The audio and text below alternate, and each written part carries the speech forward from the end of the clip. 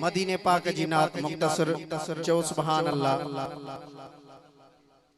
दुरूद पाक सल्लल्लाहु अलैहि या रसूल अल्लाह वसल्लम अलैका या हबीब अल्लाह। मुझो उस्ताद मोहतरम उस्ताद मोहम्मद ईसा जोयो साहब जी लिखियल नात है। उन मुखे फरमाइश कई त ही हाज़री पेंजी महफिल में जरूर दीजा। चाचा मीर हसन जी फरमाइश है। चो सुभान अल्लाह। है एड़ो सखी करम करियो जल्दी अचा मदीने में।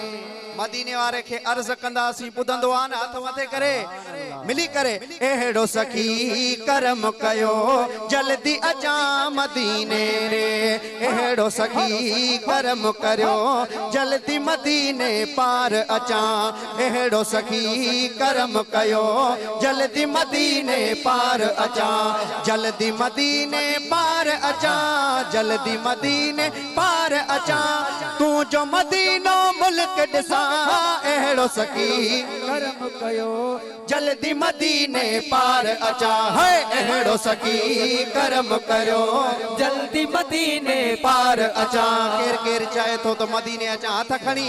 एड़ो सखी करम करो जल्दी मदीने पार अचा। है एड़ो सखी करम कयो जल्दी मदीने पार। है हाल हीनो आहे मुझो तो के सजन मालूम आहे।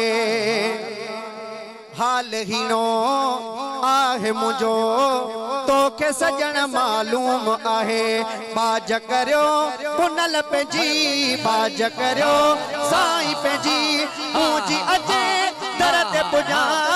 एड़ो सखी करम कयो मदीने पार अचा। है एड़ो सखी करम कयो जल्दी मदीने पार अचा। चो एड़ो नबी साईं करम करियो जल्दी मदीने पार पुजा। साईं सिकड़ी लगी आहे घणी है गुजरी वया हिन साल घणा।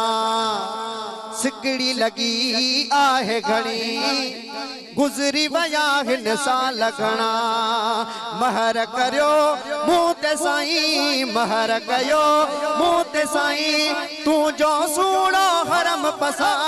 एड़ो सखी करम करियो जल्दी मदीने हा हा हा एड़ो सखी करम करियो जल्दी मदीने पार पुजा। साईं आहिन उमेदूं तो में गणियूं मुझा मोहम्मद मीर मिठा। ये प्रोग्राम मदीने में बि ॾिसिजो वञे तो। चो सुभान अल्लाह हथ खणी चो सुभान अल्लाह। हाय आहिन उमेदूं तो में गणियूं मुझा मोहम्मद मीर मिठा। अर्ज सुनी हिन ईसा जा अर्ज सुनी हिन ईसा जा जल्दी अची तुझी चौट चुमा। एड़ो सखी करम कया जल्दी मदीने पार अचा। एड़ो सखी करम कयो जल्दी मदीने पार अचा। है एड़ो सखी करम करियो जल्दी मदीने पार अचा। चो सुभान अल्लाह।